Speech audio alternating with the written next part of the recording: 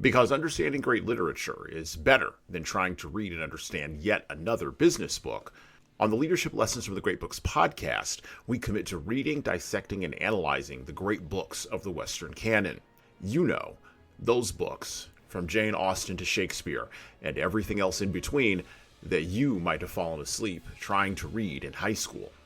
We do this for our listeners, the owner, the entrepreneur, the manager, or the civic leader who doesn't have the time to read, dissect, analyze, and leverage insights from literature to execute leadership best practices in the confusing and chaotic postmodern world we all now inhabit. Welcome to the rescuing of Western civilization at the intersection of literature and leadership. Welcome to the Leadership Lessons from the Great Books podcast. Hello. My name is Hasan Sorrells, and this is the Leadership Lessons from the Great Books podcast, episode number 82. With our book today, a book so large and sweeping that it stands alongside epic tales such as The Brothers Karamazov, The Sea of Poppies, and even The Leatherstocking Tales and The Grapes of Wrath. It is a beast of a book that spans lifetimes, and it serves as the gold standard for world-building historical narratives. It is a book that intimidates even the strongest, most confident, and literate reader, and even the strongest, most confident, and most literate leader. We are going to talk about the background, and we're going to do a little commentary today as an introduction to a book that's going to take us a couple of years to get through. War and Peace by Leo Tolstoy.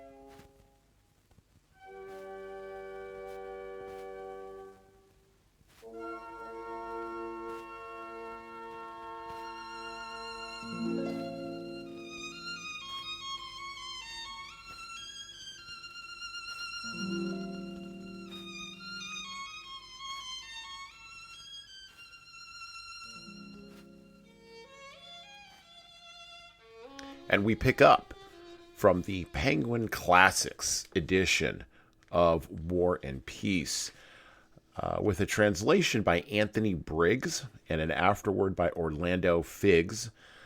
This Penguin Classics book version was covered and was reprinted in 2007 with the translation and the copyright published in 2005.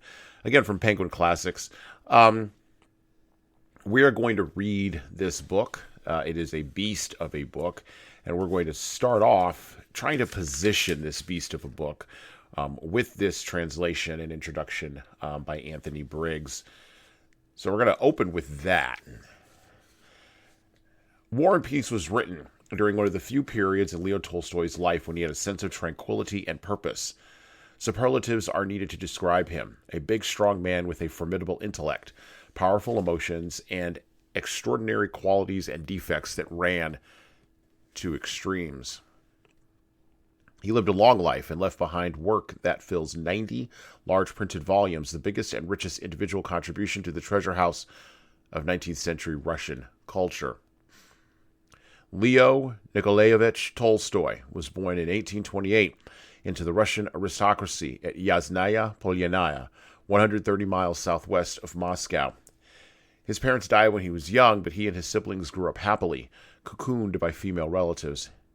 At the age of 16, he entered the university at Kazan, but failed his courses and returned to Yasnaya, which he had just inherited.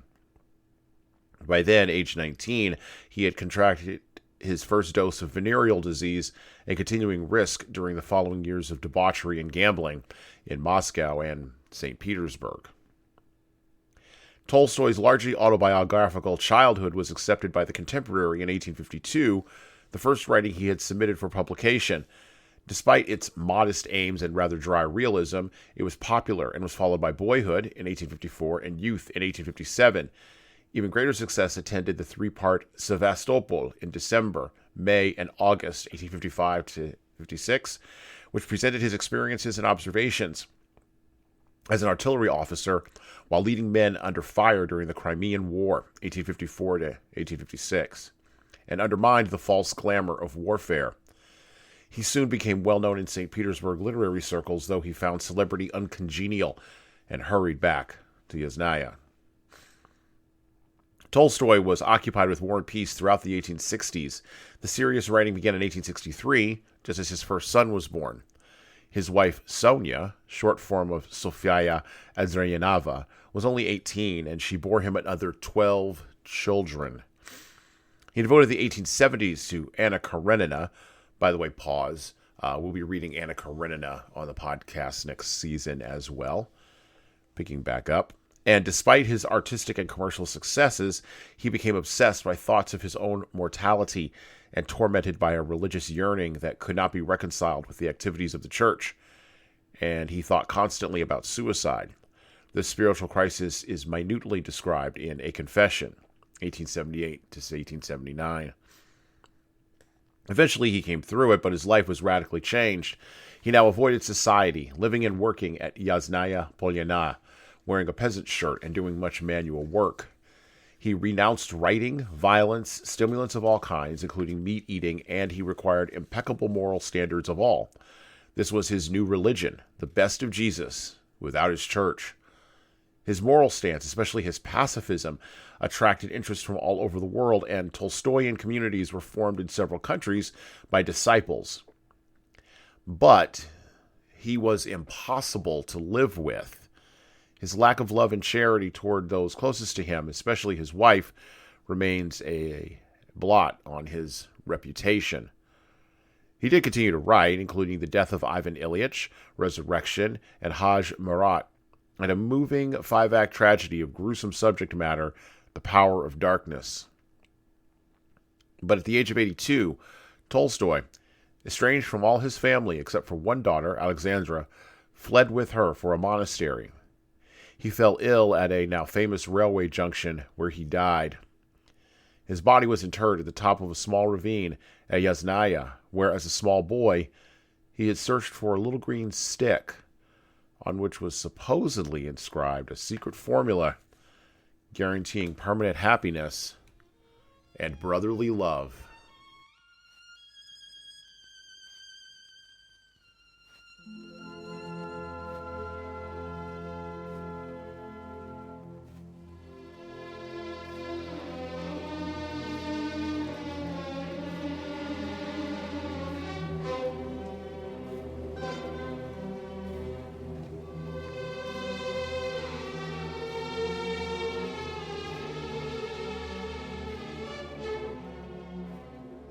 Once, many years ago, I wrote a short story, and I can't locate it right now, about the death of Leo Tolstoy.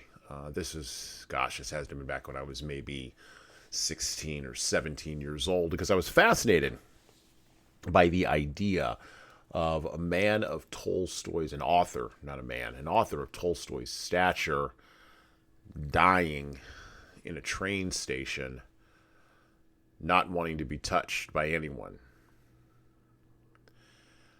So you could say, if you're really thinking about this, I have been personally probably obsessed with Leo Tolstoy as a figure for the better part of 30 years. War and Peace is a difficult book, and I've never actually tackled this book before.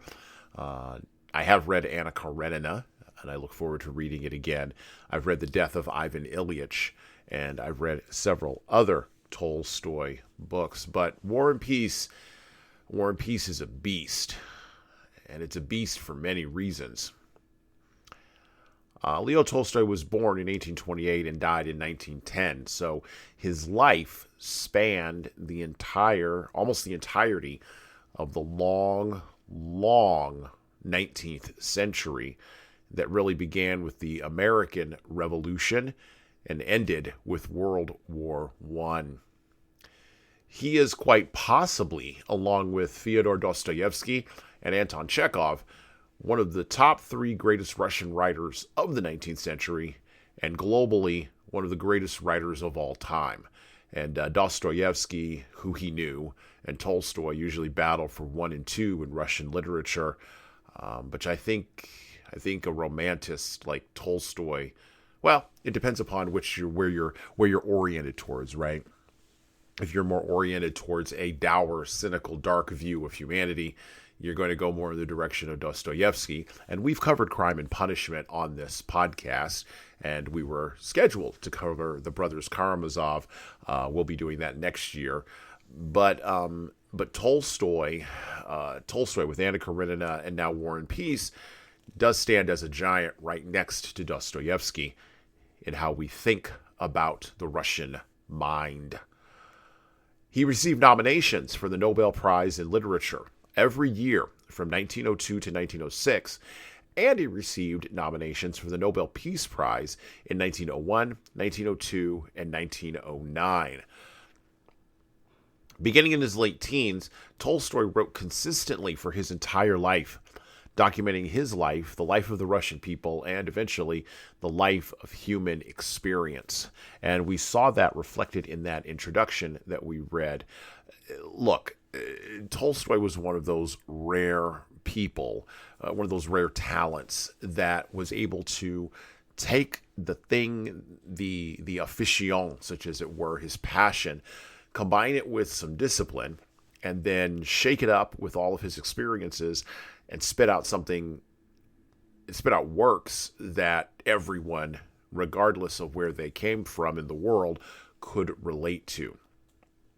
From childhood, boyhood, and youth to Anna Karenina, Tolstoy used the genre of literature to explore not only the depths of other people, but also the depths of himself. And that's really what you get when you start to read War and Peace, or Anna Karenina, or The Death of Ivan Ilyich, or Childhood, Boyhood, and Youth. What you get is this idea that before Freud came along and before psychology really hit its peak in the middle part of the 20th century, Tolstoy was doing with his own experiences what Freud and Carl Jung would later do with science. He was trying to figure out what made himself tick. And I find it interesting that he was buried at Yasnaya Polyana, his property, after his death, where he had searched as a small boy for a little green stick where supposedly was inscribed a secret formula for guaranteeing permanent happiness and brotherly love, which is something that Tolstoy was searching for all his life. And he looked in the church, he looked in marriage, he looked in family, he looked in gambling and debauchery, he looked in every place, he even looked in his own heart, and he couldn't find it anywhere.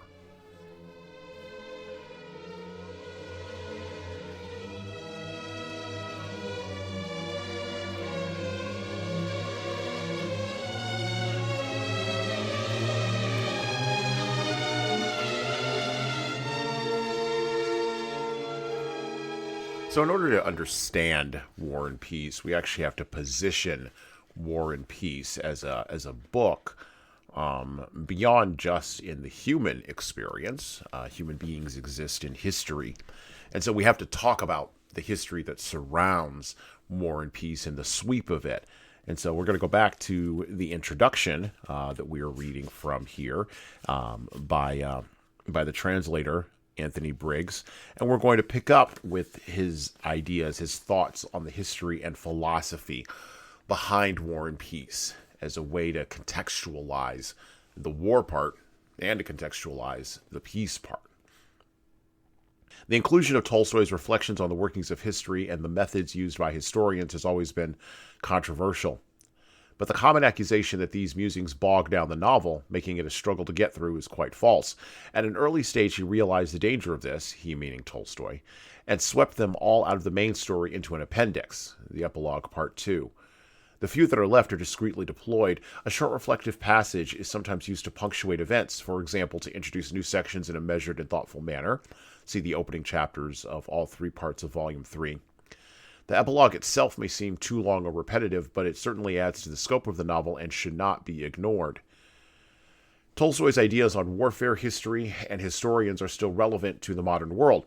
Consider, for instance, the following quotation from Sir Winston Churchill. Quote, "Never, never, never believe that any war will be smooth and easy. The statesman who yields to war fever must realize that, once the signal is given, he is no longer the master of policy, but the slave of unforeseeable and uncontrollable events." Close quote. This is a sharp summary of one concept developed by Tolstoy in the epilogue.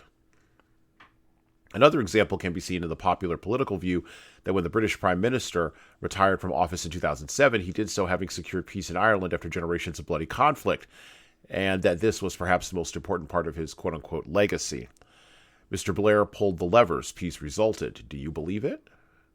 Tolstoy tells us that this is an unsophisticated view of how history works. It is probably truer to say that Mr. Blair happened to be in the right place and thus eligible for credit at a time when all the multitudinous circumstances leading up to the final peace settlement, war weariness among them, came together to end the conflict for good. It could have been the previous prime minister or the next one or somebody else. It happened to be Tony Blair. These are the kinds of ideas that Tolstoy advances in his epilogue. His general purpose is to debunk. Most of all, he wants to cut Napoleon down to size, not only because he was a hated enemy of Russia, but because he was also a ludicrous figure of overweening, pompous pride. At the same time, Tolstoy is keen to take issue with the traditional writers of history who distort the truth by their narrow-minded attitudes and oversimplification. As Henry Gifford wrote, quote, "War and Peace has its pages of pamphleteering, but they cannot be torn out because the argument is continuous. On every page lies the imprint of the same evolving experience." Close quote. The 1860s were a golden decade in Russian literature. In 1862, Ivan Turgenev published Fathers and Children, and Fyodor Dostoevsky was at his most prolific, issuing Notes from Underground in 1864, Crime and Punishment in 1866, The Idiot in 1867-68, and starting to work on Devils in 1869. A measure of the achievement of War and Peace is that it transcends even these masterpieces. Virginia Woolf made the point succinctly, quote, "There remains the greatest of all novelists, for what else can we call the author of War and Peace?"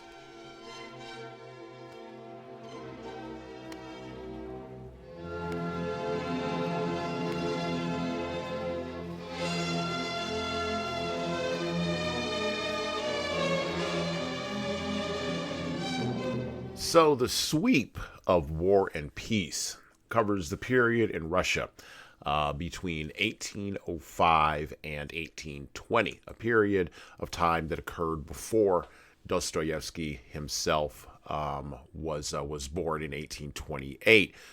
But this was a very pivotal point in Russian history and in European history in general, because in 1805, the Napoleonic Wars were 2 years into their commencement.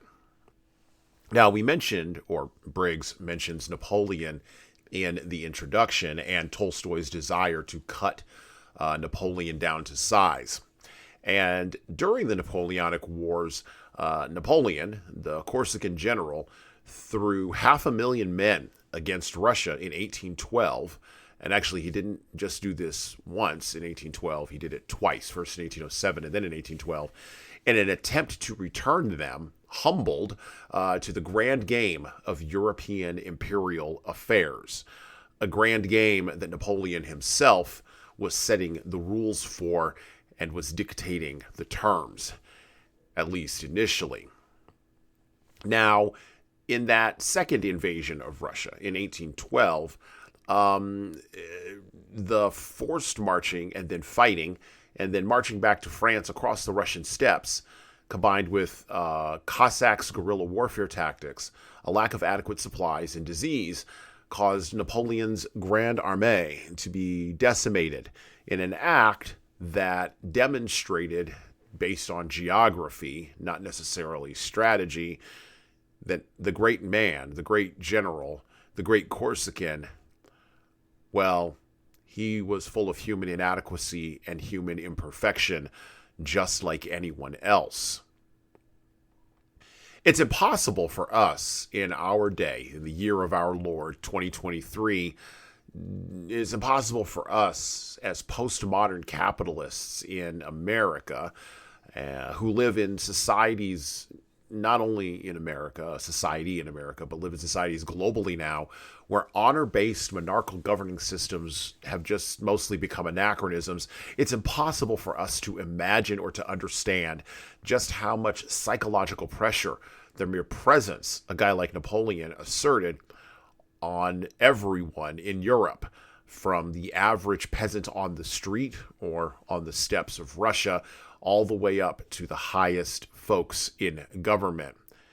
His mere presence at the beginning of the 19th century was a revolutionary challenge in a way that no other general had been, or no other figure honestly had been, probably since the pre-Enlightenment days of the Protestant Reformation, with Martin Luther throwing himself against the Catholic Church. The knock-on effects of the pressure from Napoleon's efforts to unite Europe underneath a French banner, the knock-on effects occurred in Russia, and one of them was the Crimean War, fought in the 1850s, where Tolstoy actually served and saw firsthand what warfare looked like. Thus, he could take that warfare experience in the Crimean War campaign, and he could project backward based on Russian myth and Russian legend during his own time, and the legends that he grew up of Napoleon during his boyhood. He could project that back and thus set a narrative for history, a narrative for Russian history that sought to take the French and, by extension, take Europe and put it in a box. Something that, ironically, I already mentioned that this is 2023, and by the time you listen to this, this event may or may not be over, but it's something that is being repeated right now with Russia's invasion of the Ukraine. It turns out that history doesn't take a vacation, and even writers don't get a vacation from history. Now, at one level, War and Peace is influenced by Tolstoy's psychological experiences in the Crimean War, translated backwards, as I already said. But at another level, War and Peace is an attempt to frame Russian victories against powerful external forces and to provide Russia, to provide the Russian people with a triumphant grand narrative at a time when the serfs were being freed, and, well, the end of the monarchical era was approaching, and the rise of Marxism and a guy named Lenin was about to show up. By the way, not the Beatle, the other guy, was about to show up and throw Russia and all of that grand narrative into the dustbin in order to create an all-new man. Tolstoy knew that you need narratives. You need grand narratives to create a new man, and grand political theories won't quite cut it. But when you don't have the ability to tell a story, and all you have is the ability to spin a narrative, well, at the base of that narrative are going to lie an enormous number of dead bodies.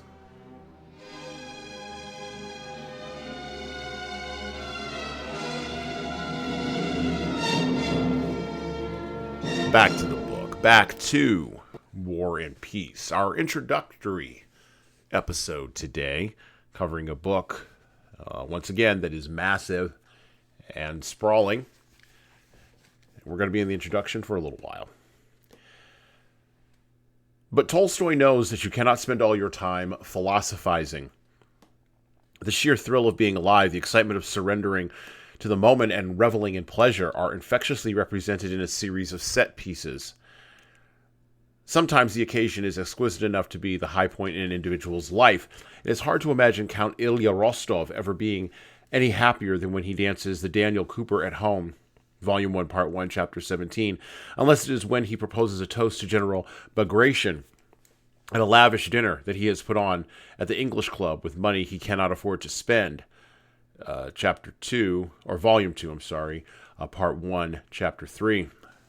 For senior soldiers, there is the glorious opportunity to be noticed by the emperor, hence the obsequious behavior of an elderly general before Tsar Alexander I, and the suicidal rush into the river Vistula by a Polish general anxious to please Napoleon, which cost the lives of 40 men, but wins him a medal. Even young Petya Rostov is borne away with mindless rapture at the mere sight of the Tsar. By contrast, almost all the younger characters find sublime happiness in falling in love, and at one point the entire Rostov household seems to be dizzy from it. Quote, "Love was in the air at the Rostovs at this time, as it always is when there are very young and very charming girls around. Any young man arriving at their house and seeing those young girls' faces so sensitive and always smiling, probably at their own good fortune, amid all the chasing and scurrying and hearing all their frivolous girlish chatter, so good-natured, open to everything, brimming with hope, and their equally frivolous singing and music-making, enjoy the same sensations of love-sickness and impending bliss that the young Rostovs were themselves enjoying." Close quote. There are many occasions for tears of joy. Dancing is one such. For example, Natasha's instinctive Russian dancing after the hunt is a reminder of her father's happy evening with the Daniel Cooper, her own unspeakable delight at her first ball, whirling around with Prince Andrei, and Denisov's amazing mazurka at Iogel's. It is useful to emphasize such bliss, not least because Russian literature has a reputation for gloomy introspection, which is only partly deserved. It gives the novel its most unusual quality. Tolstoy's ability to lead us through disappointment, frustration, and tragedy without bitterness or cynicism. He declares, against all odds, the goodness of living. This is the spirit of the whole novel. You will see it at its best in Volume 2, Part 4, all 13 chapters.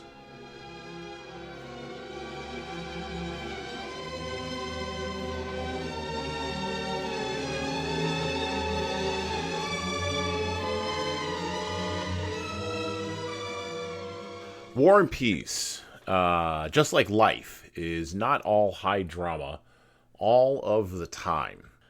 There are set pieces, as was just mentioned in that little piece that I was reading, that punctuate the narrative and give a character a moment in life. This is something that Tolstoy struggled with, particularly when he was a young man, where he was a decadent raconteur, a decadent man about town. And then much later on in his life, when he discovered, as I mentioned before, Jesus, but without mercy, he moved in the other direction that a decadent usually does. He sort of did his own version of becoming Augustine of Hippo a little bit, except he was the Augustine of Russia.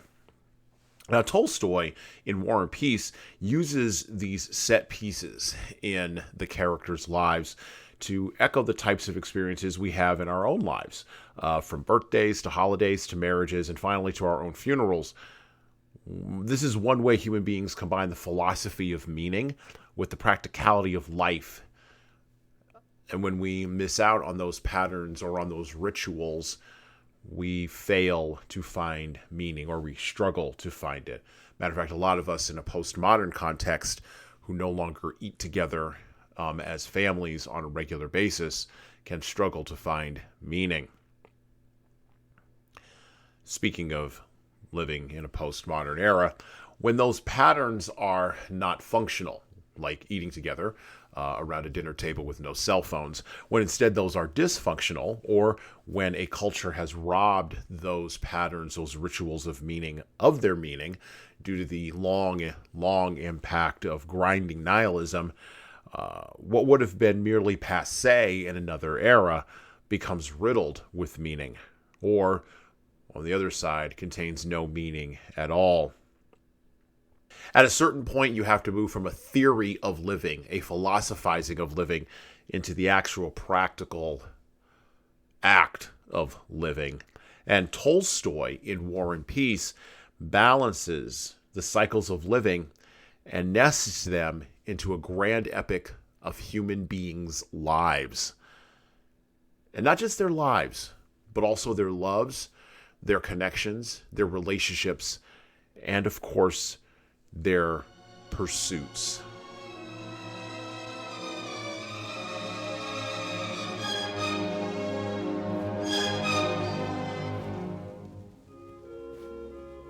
Back to the book, back to the introduction to Leo Tolstoy's War and Peace.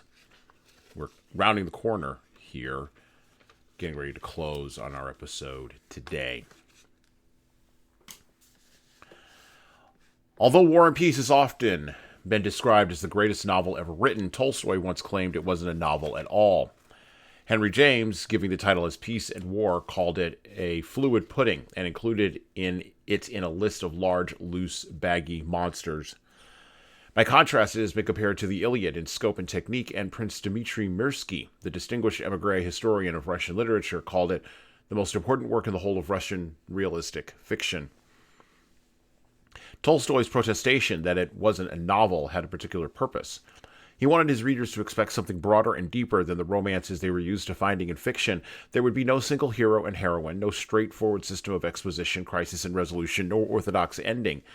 It was a book in which Tolstoy made up new rules as it expanded, a society novel that turned into a family story, only to grow into a historical chronicle and a mighty epic that was underwritten by a deep interest in individual destinies and intimate human detail. It was a 15-year tranche of human experience, 1805 to 1820, fictional and real, located in Russian society in an age of critical importance for Europe as a whole, and Tolstoy made an unprecedented attempt to bring together the widest possible range of interests, personal, social, psychological, and historical. But most important is his instinctive skill as a teller of stories and creator of characters. The lasting quality of War and Peace lies in its compelling narrative and fascinating people, imagined and historical. Perhaps Peace and War might have been a more appropriate title, because only about a third of the action takes place on or near the battlefield. Anyone coming to this novel for the first time can be assured of one thing: you are going to enjoy some very good stories. But first, we need to sketch in some background. Tolstoy begins his novel by throwing an evening party to welcome his characters and his readers. The year is 1805, and Napoleon's aggressive actions, especially the recent seizure of Genoa and Lucca, seem likely to threaten Russia's western boundaries. The huge and bumbling Pierre Buzakov and the neat, self-assured Prince Andrei Bolkonsky are guests, and their maturation and misadventures will form the main interest of the novel. At first, the two young men have everything going for them. Pierre inherits a huge fortune and marries well. The efficient Andrei will find success in all that he does as a landowner and soldier. But both of these gifted and fortunate men will make many mistakes, feel constantly unhappy with the course of their lives, take appallingly bad decisions, and have to live with the consequences. The same applies to the leading female character, Natasha, whose progress from childhood to full maturity is so convincingly depicted that she has been described as certainly the most wonderfully made character in any novel. The strength of War and Peace is in the weakness of its characters. The novel is a detailed casebook of human inadequacy and imperfection, so many avoidable errors are made that it will be a long time before contentment and equilibrium start to emerge, and for some of the characters, new insight comes too late. Oscar Wilde said that what made Russian writers' books so great is the pity they put in them. They have seen life, tackled it, and tried their best, as they know a truth that rarely declares itself, especially in stories that are meant for entertainment. It is this: virtually everyone, even people in advantageous or privileged circumstances, finds the living of life a worrying and difficult business most of the time. And then we're going to move to our introduction, from our introduction to War and Peace, into Part 1, Chapter 1 of War and Peace. Well, Prince Genoa and Lucca are now nothing more than estates taken over by the Bonaparte family. No, I give you a fair warning. If you won't say this means war, if you will allow yourself to condone all the ghastly atrocities perpetrated by that Antichrist, yes, that's what I think he is, I shall disown you. You're no friend of mine, not the faithful slave you claim to be, but how are you? How are you keeping? I can see I'm intimidating you. Do sit down and talk to me." These words were spoken in French one evening in July 1805 by the well-known Anna Pavlovna Scherer, maid of honor and confidant of the Empress Maria Feodorovna, as she welcomed the first person to arrive at her soiree, Prince Vasily Kuragin, a man of high rank and influence. Anna Pavlovna had had a cough for the last few days, and she called it la grippe. Grippe being a new word not yet in common currency. A footman of hers in scarlet livery had gone around that morning delivering notes written in French, each saying precisely the same thing. "If you have nothing better to do, Count or Prince, and if the prospect of spending an evening with a poor sick lady is not too unnerving, I shall be delighted to see you at my residence between 7 and 10. Annette Scherer." "My goodness, what a violent attack," replied the prince, who had only just come in and was not in the least put out by this welcome. Dressed in his embroidered court uniform with knee breeches, shoes, and stars across his chest, he looked at her with a flat face of undisturbed serenity. His French was the elegant tongue of our grandparents, who used it for thought as well as speech, and it carried the soft tones of condescension that come naturally to an eminent personage grown old in high society and at court. He came up to Anna Pavlovna and kissed her hand, presenting her a perfumed and glistening bald pate, and then seated himself calmly on the sofa. "First things first," he said, "how are you, my dear friend? Put my mind at rest." His voice remained steady, and his tone, for all its courtesy and sympathy, implied indifference and even gentle mockery. "How can one feel when one is suffering in a moral sense? Can any sensitive person find peace of mind nowadays?" said Anna Pavlovna. "I do hope you're staying all evening." "Well, there is that reception at the English ambassador's. It's Wednesday. I must show my face," said the prince. "My daughter is coming to take me there." "I thought tonight's festivities had been cancelled. I must say all those celebrations and fireworks are becoming rather tedious." "If they had known you wanted the celebration cancelled, it would have been," the prince said with the predictability of a wound-up clock. Sheer habit made him say things he didn't even mean. "Stop teasing me. Come now. Tell me, what's been decided about Novositlov's dispatch? You know everything." "What is there to tell?" replied the prince in a cold, bored tone. "What's been decided? They've decided that Bonaparte has burnt his boats, and I'd rather think we're getting ready to burn ours." Prince Vasily always spoke languidly, like an actor declaiming a part from an old play. Anna Pavlovna Scherer was just the opposite, all verve and excitement despite her 40 years. To be an enthusiast had become her special role in society, and she would sometimes wax enthusiastic when she didn't feel like it, so as not to frustrate the expectations of those who knew her. The discreet smile that never left her face, though it clashed with her faded looks, gave her the appearance of a spoilt child with a charming defect that she was well aware of, though she neither wished nor felt able to correct it, nor even thought it necessary to do so. Then suddenly, in the middle of this political discussion, Anna Pavlovna launched forth in great excitement. "Oh, don't talk to me about Austria. Perhaps it's all beyond me, but Austria has never wanted war, and she still doesn't want war. She's betraying us. Russia alone must be Europe's savior. Our benefactor is aware of his exalted calling, and he'll live up to it. That's the one thing I do believe in. The noblest role on earth awaits our good and wonderful sovereign, and he's so full of decency and virtue that God will not forsake him. He will do what has to be done and scotch the hydra of revolution, which has become more dreadful than ever in the person of this murdering villain. We must alone avenge the blood of the righteous. And whom can we trust, I ask you? England, with that commercial spirit of hers, cannot understand the lofty soul of our Emperor Alexander, and never will. She has refused to evacuate Malta. She keeps on looking for an ulterior motive behind our actions. What did they say to Novositlosev? Nothing. They didn't understand. They're not capable of understanding how altruistic our emperor is. He wants nothing for himself, but everything for the good of mankind. And what have they promised? Nothing. And what little have they promised they won't carry out? Prussia has already declared that Bonaparte is invincible, and that the whole of Europe is powerless to oppose him. I, for one, don't believe a single word from Hardenberg or Haugwitz. That much vaunted Prussian neutrality is just a trap. I put my faith in God and the noble calling of our beloved emperor. He'll be the savior of Europe. She stopped suddenly, amused at her own passionate outburst. I think if they had sent you instead of our dear Witzengerode, said the prince with a similar smile, an onslaught like this from you would have gotten the King of Prussia to agree. You are so eloquent. May I have some tea? Yes, of course, by the way, she added, calming down. There are two very interesting men coming here tonight. The Vicomte de Montmort, a Montmorency, through the Rohan line, one of the best French families. He's the right kind of emigre, one of the genuine ones. And the Abbé Morio, such a profound thinker. Do you know him? He's been received by the emperor. Have you heard? Oh, it will be a pleasure to meet them, said the prince. But tell me, he added with a studied nonchalance, as if an idea had just occurred to him, though this question was the main reason for his visit. Is it true that the Dowager Empress wants Baron Funke to become first secretary in Vienna? They do say he's a miserable creature, that baron. Prince Vasily wanted this post for his son, but other people were working through the Empress Maria Fyodorova to get it for the baron. Anna Pavlovna half closed her eyes to indicate that neither she nor anyone else could pass judgment on what the Empress might feel like doing or want to do. Baron Funke has been recommended to the Dowager Empress by her sister, was all she said in a dry, lugubrious tone. As she pronounced the name of the Empress, Anna Pavlovna's face took on an expression of profound and sincere devotion, mixed with respect and tinged with sadness, which invariably came upon her when she had occasion to mention her exalted patroness.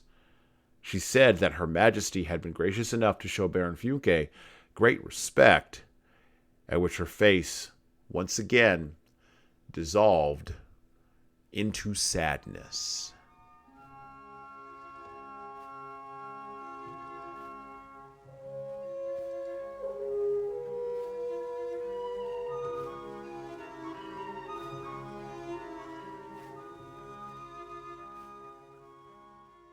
War and Peace opens with a party. And all of the partygoers gather in their masses, just like witches at black masses. Pache, Ozzy Osbourne, and Black Sabbath. In the days before mass communication, people would get together. I know this is kind of weird in our time, where we only get together. Remember those rituals I was talking about? We only get together around holidays or around special celebrations. But in the days before mass communication, mass newspapers, mass transit, mass television, people would get together and exchange information from the humblest village to the highest potentate. And parties, especially social events, were opportunities to mold statecraft, as you could hear from Anna Pavlovna Scherer there.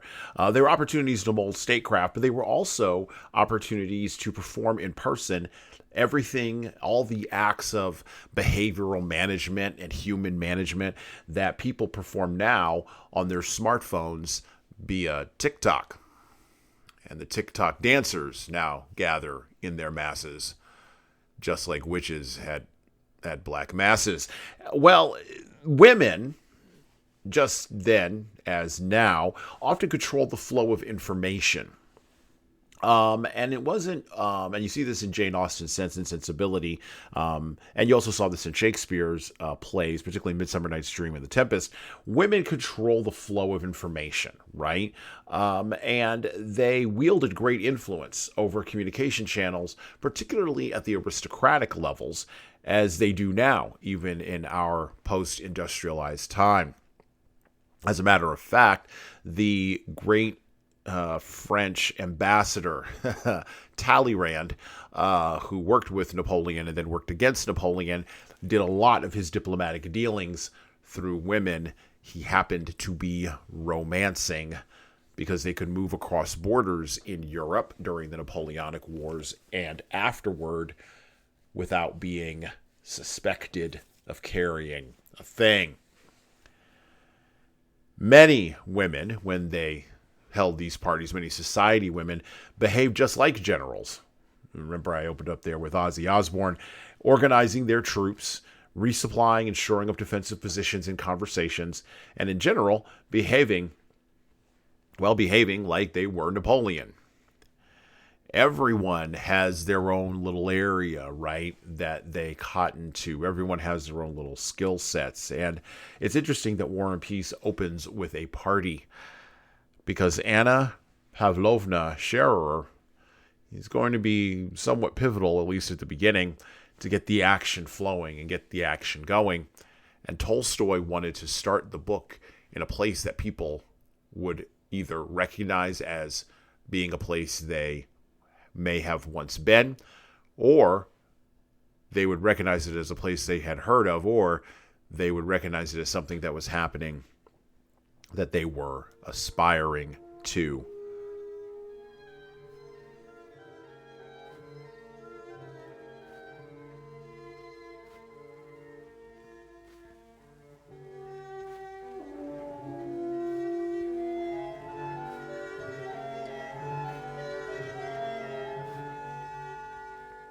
So as we close this episode, this introduction to War and Peace this month on the podcast, I encourage you to listen in subsequent months and subsequent seasons to us break down War and Peace. We will be revisiting this book. It's so big, as I mentioned before, it's almost like City of God. We could have to break it down into multiple episodes and do it over a long course of time. But you'll be able to follow the narrative, and eventually, one of the things we'll do is we'll put all of our podcast episodes together. That way you'll be able to watch all of War and Peace all together, or listen to all of War and Peace all together all at once. But we will stick with the version that we have here. And just so that you know, I'm already knee-deep into Volume 1 of War and Peace. But what did we learn from the introduction today? How can we use this information to stay on the path as leaders, right? Because this is a leadership podcast, right?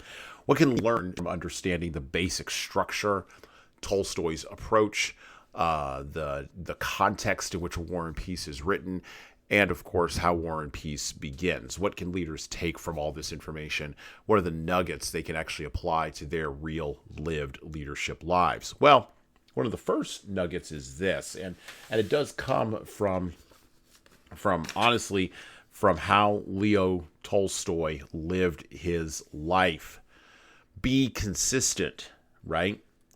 That's the first lesson that leaders can learn. Be consistent in whatever it is that you pick, whatever it is you choose to take action in, wherever it is that you choose to make your mark, showing up every day, in and out, whether you feel like it or not, is critical for success.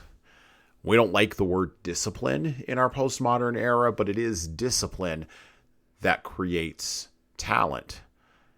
Yeah, you need afición, you need passion, such as was referred to in The Sun Also Rises when Jake was talking about bullfighting.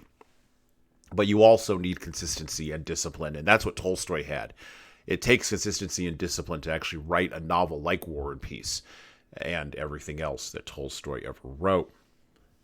The second thing that we can take from the introduction and from the understanding of War and Peace is that human inadequacy and human imperfection will always hit leaders, whether you're leading the charge, a suicidal charge against Napoleon's forces, and you're a Polish general, or whether you are Napoleon himself.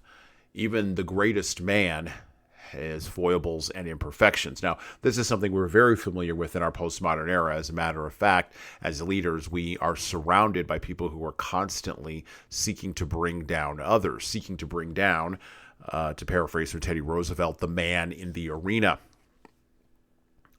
Leaders, you will have human inadequacies and you will have human imperfections. But that doesn't give you license to make stupid mistakes. It doesn't give you license to do things that are immoral or unethical. It merely gives you license to apologize for things that you are genuinely wrong in doing, not apologizing for things that you did not do that are not wrong, and not apologizing for things you did do that aren't wrong.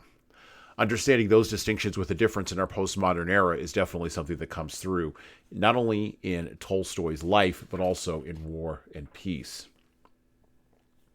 The fourth thing that we can take from this book is that at some point you have to move from philosophizing and thinking to action. And that is one of the things we've talked about all this year. How do you take action? How do you take action? How do you take action? How do you take action?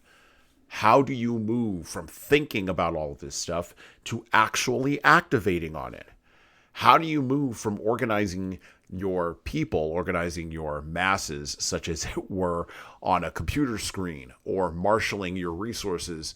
How do you move from that into the point where you're actually moving against an enemy, or moving against or towards an object or a goal?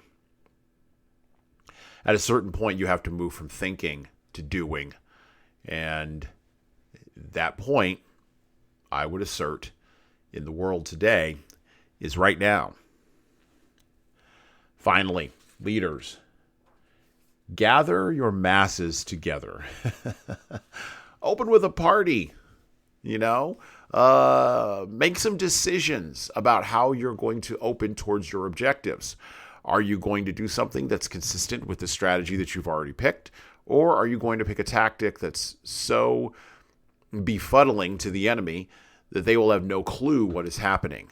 And then, just like in War and Peace, you wind up drawing them into a morass that winds up being 1,600 pages long and winds up bogging them down. But you knew where you were going. You knew the whole entire time. One last point about War and Peace, and then I'll sign off here.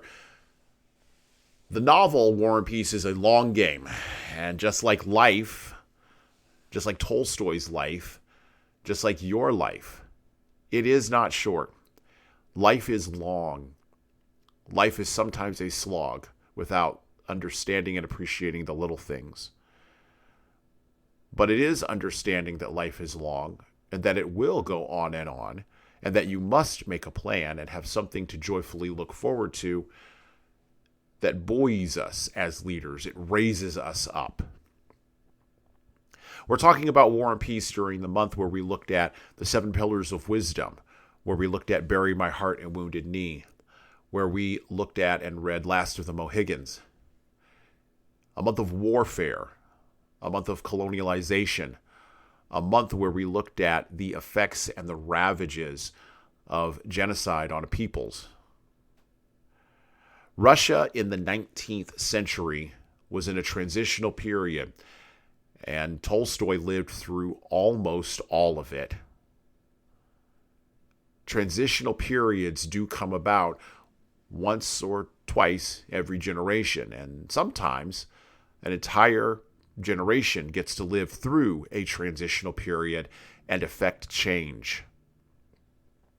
Leaders, you can affect change if you have the right strategy, the right target, and you understand when to engage in war and when to engage in peace. And well, that's it for me.